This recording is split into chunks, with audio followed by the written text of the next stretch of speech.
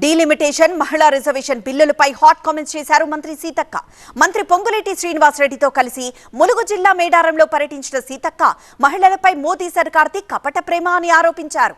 మహిళా బిల్లు పేరుతో కొత్త కుట్రలు చేస్తున్నారని, దక్షిణాదికి ప్రాధాన్యత తగ్గించాలని చూస్తున్నారని మండిపడ్డారు. ఎన్నో ఏళ్ల చరిత్ర కలిగిన ఆర్ఎస్ఎస్ లో మహిళలకు ప్రాధాన్యత ఉందా అని మంత్రి సీతక్క బీజేపీ నేతలను ప్రశ్నించారు. మహిళల మీద ఏదో ప్రేమ ఉన్నట్టుగా బీజేపీ ప్రభుత్వము మోడీ గారు కపట నాటకానికి తెరలేపిండు.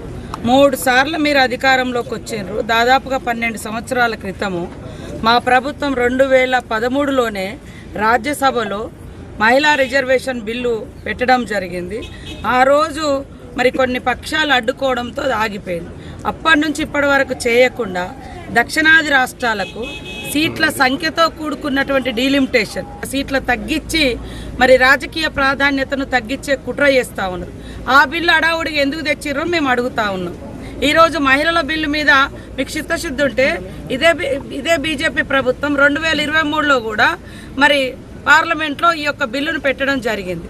మరి దాన్ని ఎందుకు నువ్వు బయటకు తీయలేదు? మళ్ళీ కొత్త బిల్లు అని ఎందుకు పెడుతున్నావు? అసలు బీజేపీ వాళ్ళని అడుగుతున్నా, మీ మాతృ సంస్థ ఆర్ఎస్ఎస్ సంస్థలో మీరు మహిళలకు ప్రాధాన్యత ఉందా? మహిళలకు సభ్యత్వం ఉందా? మీరు 40 సంవత్సరాలు అయింది మీ బీజేపీ పార్టీ పుట్టి.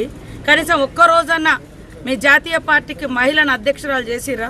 ఈరోజు కాంగ్రెస్ అంటేనే మహిళా నాయకత్వాన్ని ఎంకరేజ్ చేసే పార్టీ. డ్రామాలు చేసి ఎలక్షన్లు ఎప్పుడొస్తే మహిళల బిల్లులు అప్పుడు పట్టుకొస్తున్నారు.